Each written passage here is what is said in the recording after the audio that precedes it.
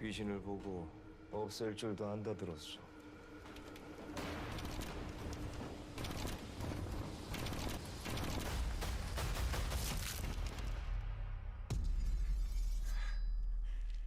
당장 귀신을 잡아 없애거라. Hi guys, welcome back to the real Srishti show. और आज हम बात करने वाले हैं कुछ ऐसे ड्रामास की जो अभी रिलीज हुए हैं और तीनों ही बहुत डिफरेंट वाइब्स है। तो अगर तुम अभी नए आए हो तो लाइक, कमेंट, शेयर, सब्सक्राइब करना मत भूलना। हम बात करते हैं के drama, C drama, J drama और बीएल और जीएल ड्रामास की, बेसिकली बॉलीवुड को छोड़ के सब। तो let's get started without wasting time.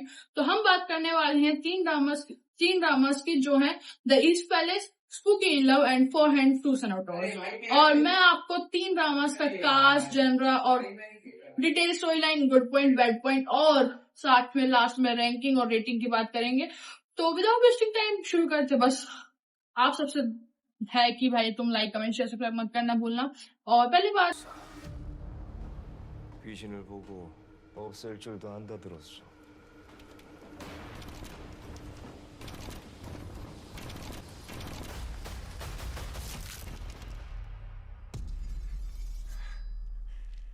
당장 귀신을 잡아 없애거라. बात करते हैं हम द ईस्ट पैलेस की। नेम तो तुम्हें पता ही चल गया है, द ईस्ट पैलेस।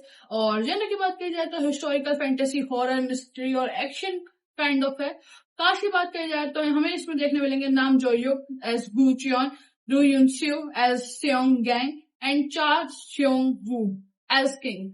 तो स्टोरी लाइन की बात करें तो द ईस्ट पैलेस में हमें मिलेगा देखने के लिए एक हिस्टोरिकल के ड्रामा है जिसमें सुपरनेचुरल, हॉरर और भी बहुत चीजें हैं। जैसे मिस्ट्री पसंद है जिसे, तो वो देख सकते हैं। कॉन्सेप्ट मुझे काफी पर्सनली पसंद आया। ड्रामा की स्टोरी लाइन एकदम फिक्शनल किंगडम पे सेट है, मतलब एकदम फिक्शनल किंगडम पे सेट है। अब नॉर्मली जब हम के ड्रामाज में हिस्टोरिकल पैलेस देखते हैं तो वो बहुत political, royal family, power struggles के बारे में बीच में मिलता है। और यहाँ पैलेस के अंदर प्रॉब्लम है पर सिर्फ लिविंग ह्यूमन बींग्स के बीच में नहीं है, because the kingdom is haunted. भूत प्रेत है इसमें। और रॉयल पैलेस के अंदर जब स्ट्रेंज और टेरिफिक इंसिडेंट होते हैं तो इन इंसिडेंट के पीछे बात पता चलती है कि एक सुपरनेचुरल फोर्स है जो इस पूरे इंसिडेंट के पीछे कनेक्शन है रॉयल फैमिली और पैलेस जो पास्ट से है, जो पास्ट से हो सकता है, वो पास्ट से हो सकता है। अब ऑब्वियसली किंग के लिए सिचुएशन बहुत सीरियस है। और बिकॉज अगर ये पैलेस के अंदर स्पिरिचुअल है या स्पिरिट्स हैं या फिर सुपरनेचुरल पावर्स फोर्स एक्टिव हैं तो ये इफेक्ट करेगी डायरेक्टली रॉयल पावर्स को, रॉयल फैमिलीज को और किंगडम की स्टेबिलिटी पर भी पड़ सकती है। तो किंग एक डिसीजन लेता है कि भाई वो सीक्रेटली दो नए, मतलब कंप्लीटली डिफरेंट लोगों को समन करता है, कोर्ट में लाता है, अपने प्रजा को बोलता है कि दोनों में से एक का नाम होता है गूचियोन, जिसका जो पहले आता है, और एक ऑर्डिनरी पर्सन नहीं होता, वो एक पावरफुल प्राउड गोस्ट लेयर होता है। और उसकी सबसे इंटरेस्टिंग एबिलिटी ये है कि वो सिर्फ गोस्ट को फाइट ही नहीं करता, गोस्ट से फाइट ही नहीं करता, वो खुद भी स्पिरिट में ट्रांसफर हो सकता है। मतलब देख रहे हो तुम लोग, वो खुद भी एक स्पिरिट में ट्रांसफर हो सकता है और स्पेक्ट्रम रियल में एंटर हो सकता है। और बेसिकली जहां नॉर्मल ह्यूमन बीइंग जा नहीं सकते वहां गूचियन जा सकता है आराम से, कोई दिक्कत नहीं है उसे। और इसका मतलब यह है कि वो उन सुपरनेचुरल फोर्स को सामने कर सकता है, वो सामना कर सकता है, और जो नॉर्मली पीपल के लिए इम्पॉसिबल होता है। और गूचियन का कैरेक्टर सिर्फ एक पावरफुल गोस्ट लेयर नहीं है, उसकी पर्सनैलिटी भी काफी इंटरेस्टिंग है। और वो एक प्राउड, पावरफुल, ऑब्वियसली अपने एबिलिटी को लेकर बहुत कॉन्फिडेंट रहता है, मतलब एक तरीके से ओवर कॉन्फिडेंस तक चला जाता है। बट इमेजिन करो एक ऐसा पर्सन जो गोस्ट को हंट तो कर सकता है और स्पिरिट वर्ल्ड में ट्रैवल कर सकता है, बट उसको रॉयल पैलेस का सबसे डेंजरस सुपरनेचुरल मिस्ट्री सोल्व करनी है। सोच रहे हो, सबसे डेंजरस। और गूचियोंग अकेला नहीं होता, किंग एक और पर्सन को इस मिशन पे लाता है, उसका नाम होता है स्योंगांग। स्योंगांग एक कोर्ट लेडी है, लेकिन उसके पास एक ऐसी एबिलिटी है जो एक ब्लेसिंग से ज्यादा एक कर्स है। Basically she can hear and communicate with dead peoples. अब इमेजिन करो कि आप एक रॉयल पैलेस में हो, काम करना है आपको वहां पर, आपको अराउंड 100 ऑफ पीपल है, बट आप उनके साथ साथ स्पिरिट से भी बात कर सकते हो जो वहां पे हैं। आप उनको सुन सकते हो, आप उनसे बात कर सकते हो। और सबसे स्केरी पार्ट यह है कि डेड लोग हमेशा पीसफुल नहीं होते, वो लोग हमेशा हार्मफुल नहीं होते तो पीसफुल भी नहीं होते। और कुछ स्पिरिट्स के पास अनफिनिश्ड बिजनेस है जिस वजह से वो अभी अर्थ पे घूम रही है, और कुछ रिवेंज चाहते हैं और कुछ अपनी डेथ का ट्रुथ रिवील करना चाहते हैं कि वो क्यों मरे थे। और इसी के साथ कुछ अपने ऐसे सीक्रेट्स बताना चाहते हैं, जानते हैं जो लिविंग पीपल छुपाना चाहते हैं। और सो स्योंगांग जो है उसकी एबिलिटी उसके पैलेस को हिडन सीक्रेट्स तक पहुंचाने के एक यूनिक एडवांटेज है या फिर डिसएडवांटेज, वो तो बाद में पता चलेगा। और अब किंग इन दोनों कंप्लीटली अपोजिट कैरेक्टर्स को एक साथ लेकर आता है, और एक ऐसा पर्सन जो स्पिरिट को हंट कर सकता है और दूसरा जो स्पिरिट्स को सुन सकता है। अब उनका एक मिशन है बस कि इन्वेस्टिगेट करे और सुपरनेचुरल फोर्स को लर्क करे कि भाई छोड़ दो इस पैलेस को, द क्राउड पैलेस को, ईस्ट पैलेस को। अब यहाँ से स्टोरी एक्चुअली इंटरेस्टिंग होती है, बिकॉज ईस्ट पैलेस के अंदर जो हो रहा है वो सिर्फ कुछ रैंडम गोस्ट इनसाइट्स नहीं थे, they is something much bigger than going on. मतलब बहुत ऐसा बड़ा कुछ हो रहा है। गू चैंग और स्योंगैंग जैसे जैसे इन्वेस्टिगेशन पूरा करते हैं उन्हें पता चलता है कि उस पैलेस में की वॉल्स के पीछे छुपा है लॉन्ग बेल्ट सीक्रेट, बहुत बड़ा सीक्रेट जो अभी तक किसी को नहीं पता चला। और यहाँ मुझे काफी स्टोरी इंटरेस्टिंग लगने लगी और एक अलग सा एस्पेक्ट मेरे को देखने मिला। रॉयल पैलेस नॉर्मली पावरफुल और सीक्रेट से भरा होता ही है, बट जो चीज पब्लिक को नहीं पता है वो पैलेस के अंदर पता है, और जो चीज किसी को नहीं पता है वो इस स्टोरी में है। तो ये सीक्रेट बहुत लोगों को पसंद आने वाला है। और सबसे टेंस पार्ट ये है कि उन्हें ये समझने के लिए एग्जैक्टली क्या हो रहा है वो भी तो समझना पड़ेगा ना, कि पास्ट में ऐसा क्या हुआ, कि अब क्या हो रहा है। तो इस कनेक्शन से रॉयल फैमिली पास्ट में जाएगी और एंटायरली रॉयल पैलेस बहुत रिस्क में जाएगा। उसके बाद गू च्योंग और ये सांग्यांग मिलके काम करेंगे और यहीं से इनके स्टोरी खत्म हो जाएगी। और यहाँ मुझे ड्रामा काफी स्ट्रॉन्ग पॉइंट लगा डिसीजन, बिकॉज समटाइम गोस्ट बहुत स्केरी हो जाते हैं, इसलिए क्योंकि वो गोस्ट हैं, उनको तुम कुछ नहीं उखाड़ सकते, but they are scared because they carry the truth that living people desperately want to hide. हम सबके सीक्रेट्स होते हैं और किसी को नहीं पता होते, but at the end of the day जो गोस्ट है, जो डेड पीपल है, उसे पता है वो चीज, और वो बाहर निकला तो आधों की जिंदगी खराब है। तो इसलिए इस रॉयल पैलेस में full of secret and that can become extremely dangerous. Good point की बात करें, अब हम स्टोरी लाइन पूरी कर लिए, तो मेरे अकॉर्डिंग इसका गुड पॉइंट होगा इसका कॉन्सेप्ट बहुत यूनिक है, हिस्टोरिकल पैलेस है, सुपर नेचुरल पावर्स है, गोस्ट स्लेयर और स्पिरिट वर्ल्ड और मिस्ट्री टाइप का है। ये कॉम्बिनेशन काफी बहुत ज्यादा यूनिक है, मतलब मेरे हिसाब से बहुत यूनिक है। और मुझे पर्टिकुलरली गू च्योंग और स्योंगैंग की एबिलिटी बहुत पसंद आई। मतलब तुम देख रहे हो, आज तक तुमने कभी सुना है कि कोई इंसान सुन सकता है, मतलब भाई। प्लस स्टोरी में मिस्ट्रेस एलिमेंट है जो मुझे बहुत पसंद आया। बैड पॉइंट की बात करें तो बहुत सारी चीजें लेके चले, बहुत सारे एलिमेंट हैं तो खराब होने के भी चांसेस उतने ही होते हैं। हिस्टोरिकल सेटिंग है, palace, politics, horror, ghost, fantasy, बहुत चीजें हैं। तो मेरे हिसाब से पेसिंग प्रॉपर्ली हैंडल नहीं हुई तो डेड एंड। और अगर इन मिस्ट्री को फाइनली सॉल्व कर लिया, पे ऑफ स्ट्रॉन्ग नहीं हुआ तो भी चीज हो जाएगी। बट कंक्लूजन की बात करी जाए तो ओवरऑल द ईस्ट पैलेस मुझे एक ऐसा ड्रामा लगा है जो मैं एक ही बार में बिंज वॉच कर सकूं। तो आपको क्या लगा है वो बता सकते हैं। For me it's 9.5 out of 10। So for you, comment down. अचानक मुझे भूत दिखाई देने लगे जिन्हें देखना लोगों के लिए मुमकिन नहीं है। उस दिन मुझे एहसास हुआ अपना हाथ दो कि अब मैं कभी किसी का हाथ नहीं थाम सकती। देखो, हम दोनों के बीच कुछ नहीं हो सकता। दूसरे ड्रामा की बात करें तो वो है spooky in love. Spooky in love भी थोड़ा सा ऐसा ही है, जैसे जेनर की बात करें तो रोमांस, सुपरनैचुरल थिंग्स, मिस्टीरियस और इन्वेस्टिगेशन होती है। कास्ट की बात करें तो Park Yung Bin as Chun Yo Ri and Yang स्योजुंग as मा गांग यू। स्टोरी की बात करें तो ओके भाई, अब स्टोरी की बात ध्यान से करेंगे हम लोग। स्पूकी इन लव की तो स्टोरी की बात करें तो हम पर गोस्ट हैं, कुछ ऐसे मर्डर्स हैं जो अभी भी अनसॉल्व पड़े, इन्वेस्टिगेशन करनी है, और ऑब्वियसली थोड़ा बहुत रोमांस, क्योंकि स्पूकी इन लव में रोमांस नहीं होगा तो क्या होगा। अब बात करें स्टोरी लाइन की मेन कैरेक्टर की तो वो है चोन यूरी। और यूरी एक ऑर्डिनरी वुमेन नहीं है, वो एक बहुत बड़ी, जिसे कहते हैं ना हायर, तो वो बहुत बड़ी बिगेस्ट कोरिया की कॉमेंट्री की हायर है। और वो सिर्फ हायर नहीं, वो she is also CEO of a luxury hotel, और जहां पे ये पूरी स्टोरी बेस्ड है। So the story is that story की लाइफ जो है वो परफेक्ट लगती है, बट वो नहीं होती है। वो ब्यूटीफुल है, वो वेल्दी है, वो सक्सेसफुल है, वो उसके पास स्टेटस और पावर भी है, बट उसके पास एक चीज नहीं है। वो एक चीज अलग है, सबसे अलग है जो उसे नहीं पता है, वो है कि वो भूत देख सकती है, शी कैन सी गोस्ट।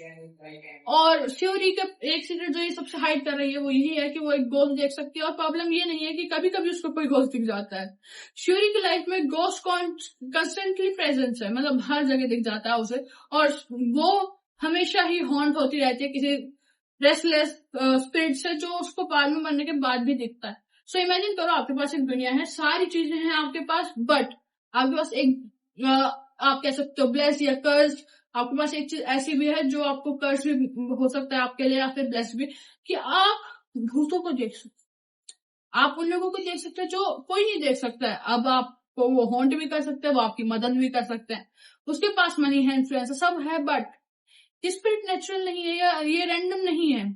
ये पीपल है वो जिनकी एक पास्ट की स्टोरी है, या फिर उनके पास अनआंसर्ड क्वेश्चन है, और शायद उनकी डेथ के पीछे एक ऐसा राज छुपा है जो कभी बाहर नहीं आया। और श्योरी एक सुपरनेचुरल एबिलिटी तो लेके आई हुई है, और कर्ज जैसी फील होती है, जैसे मैंने पहले तुम्हें बोला कि एक कर्ज जैसी ही फील होती है। अब बात करते हैं हमारे मेन लीड की, मा युंग युक। ये एक प्रोसिक्यूटर है, और ये सिंपल है, मतलब he is not someone who simply does his job, मतलब कि होम जाएगा, घर जाएगा अपना आराम से। वो पैशनेट है अबाउट जस्टिस, इंटेलिजेंट है, इमोशनली ड्रिवन है, और उसका बिगेस्ट फोकस ये है कि वो अनसॉल्व्ड मिस्ट्री सॉल्व करे, मतलब अनसॉल्व्ड मर्डर मिस्ट्री सॉल्व करे, और ही वांट टू अनकवर जो भी ट्रुथ बचे हुए हैं उन स्टोरीज के बीच में जो आज तक किसी ने नहीं उठाई।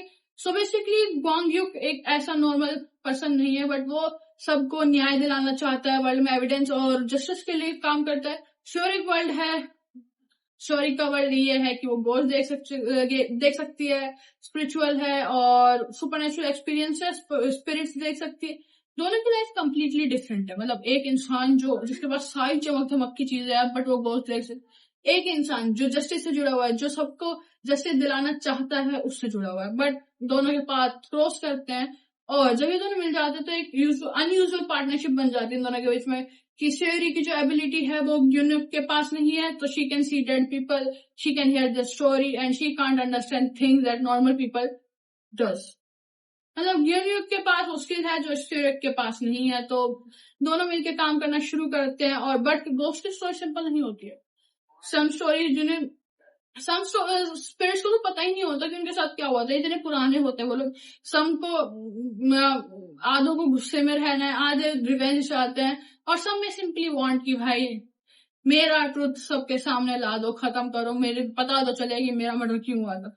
तो अब इसके बाद युनयुक जो हमने बताया जो प्रोसिक्यूटर है, उसका रोल बहुत इंपॉर्टेंट हो जाता है, और उसके बाद she can follow lead, evidence मिलते हैं, क्योंकि स्पिरिट सुन रही है ना, स्पिरिट बता रही है आपको कि हाँ एविडेंस मिलेगा, यहाँ मिलेगा, तो आप वहां जाके ढूंढ सकते हो। तो सेम चीज है, सिंपल चीज है। इसके बाद सेम चीज होती है कि वो अंडरस्टैंड करता है उसका वर्ल्ड, और वो अंडरस्टैंड करती है उसका वर्ल्ड, सिंपल चीज है। और अदर साइड में श्योरी रिलेशन में आ जाती है गैंग युग के साथ, जो उसकी लाइफ पूरी बदल देता है, because for perhaps first time जो पहली बार वो किसी ने उसको समझा है, किसी ने उसको जाना है, किसी ने उसकी हेल्प करी है, तो someone who doesn't see her as a wealthy hotel heir, someone जो उसको ऐसे देखे कि हाँ ये ह्यूमन बीइंग है, तो पहला इंसान था वो। उसके बाद दे बोथ वांट की ट्रुथ बाहर आए, दे बोथ वांट की जस्टिस मिले सबको, और obviously the deeper they go into the case the more dangerous things become. इसी के साथ फिर ये एंड होता है। अब बात करें अगर हम गुड पॉइंट्स की, तो गुड पॉइंट्स होंगे मेरे अकॉर्डिंग कि इसका बिगेस्ट गुड पॉइंट ये है कि इन्वेस्टिगेशन जो है ना नॉर्मल नहीं है। आप ह्यूमंस की इन्वेस्टिगेशन नहीं कर रहे हो, आप सुपर नेचुरल चीजों की इन्वेस्टिगेशन कर रहे हो। आप जिसको डिपेंड करोगे वो होगा स्पिरिट्स। अब ये कर्ज है या फिर एबिलिटी या फिर रिवॉर्ड है वो किसी को नहीं पता है, बट श्योरी की एबिलिटी और गांगयुक का प्रोफेशन एक दूसरे को परफेक्टली कॉम्प्लीमेंट करते हैं।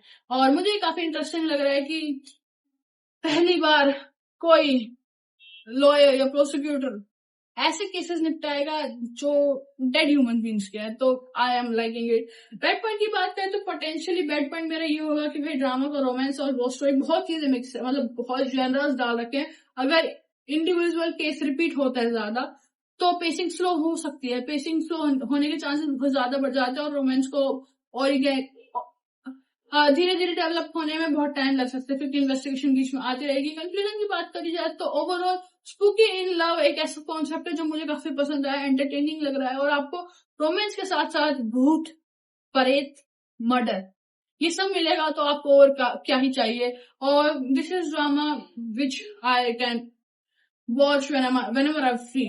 तो for me it's 9 out of 10. Last but not the least अगर हम बात करें तो 4 hand to Sonata.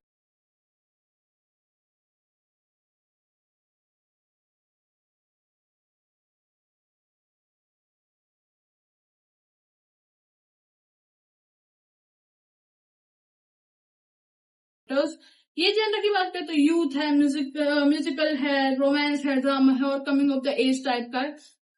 कास्ट की बात करी जाए तो सोंग कांग है, Kang PO, Lee Jung Young as Cho Ju Sung and Gang Yuri as Hong Jae-in.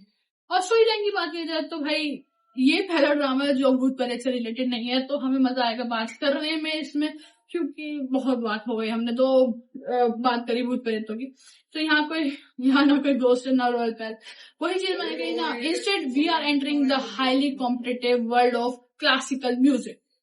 ये ड्रामा सेट है एक इलाइट आर्ट कॉलेज में जहाँ पे ऐसे स्टूडेंट्स नहीं होते जो नॉर्मली होते, बट ऐसे स्टूडेंट्स हैं जो बहुत ज्यादा अपने टैलेंट को प्रूव करना चाहते हैं, उन पे प्रेशर है, दे आर म्यूजिकल प्रोडिजी। अब स्टोरी का सेंटर है 3 young musician, Kang Po, Choi Jung Yoo and Hong Jaein. और let's start with Po. Okay, Po एक बहुत ज्यादा ही टैलेंटेड पियानिस्ट है, वो प्रोडिजी है एकदम। एकेडमिक में नंबर 1 और म्यूजिकल परफॉर्मेंस में भी। Basically he is the perfect student जो हमारे पेरेंट्स को चाहिए बट हम है नहीं। और everyone see him as a like someone की भाई इसके जैसा हमें बनना है, ऐसा देखा जाता है। उसके पास टैलेंट है, उसके पास डिसिप्लिन है, उसके पास रिजल्ट्स है और उसके पास है कि भाई सबको उसका फ्यूचर डिसाइड नहीं करना, वो खुद कर लेता है। He is going to become the world class musician and वो भी इस टाइम पे भाई बिगेस्ट कॉम्पिटिशन करता है, वो ऑलरेडी स्टार बन चुका है। बट प्रॉब्लम ये है कि सब आपका बचपन से नंबर 1 बनाने की आदत हो जाती है ना, तो सडनली अगर आप हार जाते हो या फिर कोई चैलेंज आता है ना तो आपकी एंटायर वर्ल्ड चेंज होता है। अब कोई इंसान जो टॉपर है उसको कोई चैलेंज करे तो उसके पूरा वर्ल्ड तो चेंज होगा। और ये सेम होता है जब चो जोंग यू आता है उसकी लाइफ में। और जब चो जोंग यू एक गिफ्टेड पियानिस्ट है और उसको अनलाइकली पीयू उसकी जर्नी इतनी स्मूथ नहीं होती है, उसका डिफिकल्ट चाइल्डहुड होता है और उसका डिफिकल्ट पास्ट की वजह से ही वो अपने म्यूजिक टैलेंट को एकदम छोड़ चुका होता है। बट इमेजिन करो आपके अंदर एक एक्स्ट्राऑर्डिनरी पावर है, टैलेंट है, आप नेचुरली गिफ्टेड हो, भगवान ने आपको वैसे भेजा है और आपको लाइफ इतना हर्ट कर दे कि आप वो चीज छोड़ दो। मतलब सोच लो आप आपके हाथ में कुछ दे के भेजा है और आपकी लाइफ इतनी परेशान कर दे कि आप वो हाथ की चीज छोड़ दो और आगे बढ़ दो। बट बेसिकली जो यंग की सिचुएशन जो है वो म्यूजिक को कभी अपनी लाइफ का इंपॉर्टेंट पार्ट समझता था, बट उससे वो हट जाता है, वो डिस्टेंस हो जाता है। उसके बाद वो अराइव करता है इलाइट आर्ट स्कूल और सडनली वापस से उसकी जिंदगी म्यूजिक से, उसके जो पास्ट में जो हुआ था उससे और प्रेजेंट से कोलाइड हो जाते हैं। उसका पास्ट जो था वो उसका प्रेजेंट जो था वो कोलाइड हो जाता है और अब उसका टैलेंट, उसका पैशन और परहैप्स कि उसने क्यों छोड़ा था वो सब चीजें आ जाती है। ग्युनजुन अराइव इफेक्ट पीयू, क्योंकि एक इंसान जो टॉप पे है और एक इंसान जो नेचुरली गिफ्टेड है वो दोनों कोलाइड करेंगे तो दोनों की जिंदगी में रिफ्ट आने वाले हैं और इसी में सडनली उसे कोई चैलेंज कर दे। सोच रहे हो पीहू जो भी नंबर 1 पे है उसे चैलेंज कर दे कोई जो नेचुरली गिफ्टेड है। और यही होता है because both are talented pianist, both have their own strength, both have their own lack of abilities। but एक चीज जो बहुत जरूरी है वो है थर्ड इम्पोर्टेंट कैरेक्टर, वो है होंग जेइन। जो होंग जेइन जो है वो वियोला मेजर से है बट शी है समथिंग यूनिक।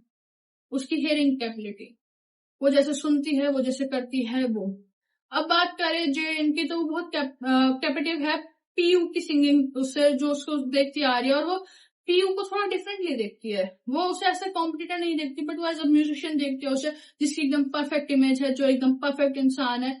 और यही बात खत्म नहीं होती है। गुड पॉइंट की बात करें तो काफी स्टोरी इंटरेस्टिंग है, म्यूजिक के अराउंड इवॉल्व करके और बहुत सी चीजें हैं जो लोगों को देखना, सुनना और चीजें करना पसंद है। एक टॉपर की लाइफ जो एकदम चेंज हो जाती है क्योंकि एक इंसान ऐसा आ जाता है कि वो उसकी लाइफ शेक कर दे। एंड बैड पॉइंट की बात कही जाए तो इसमें मेरे हिसाब से एक ही बैड पॉइंट है कि अगर कुछ भी ऐसा होता है जो नहीं होना चाहिए तो पेसिंग स्लो हो सकती है और ये डाइवर्ट हो सकता है ड्रामा। तो for me it's 7 out of 10 and today we are over for this.